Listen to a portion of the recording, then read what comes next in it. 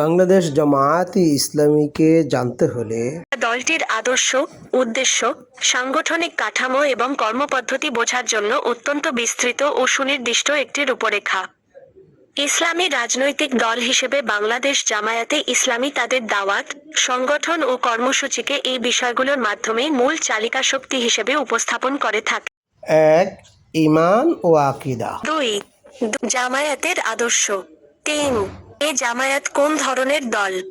4. ইসলামের তাৎপর্য। 5. ইসলামের ব্যাপকতা। 6.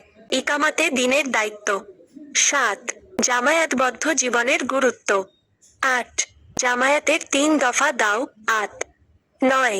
জামায়াতে ইসলামী সংগঠন। 10. জামায়াতের 4 দফা কর্মসূচি।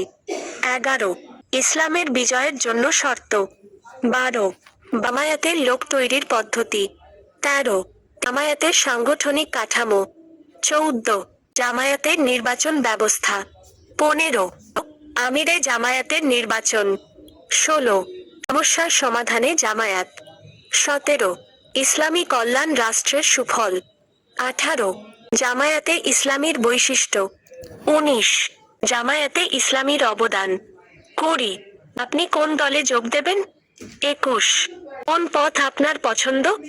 22. আপনি কি জামায়াতকে সঠিকভাবে জানেন? 23.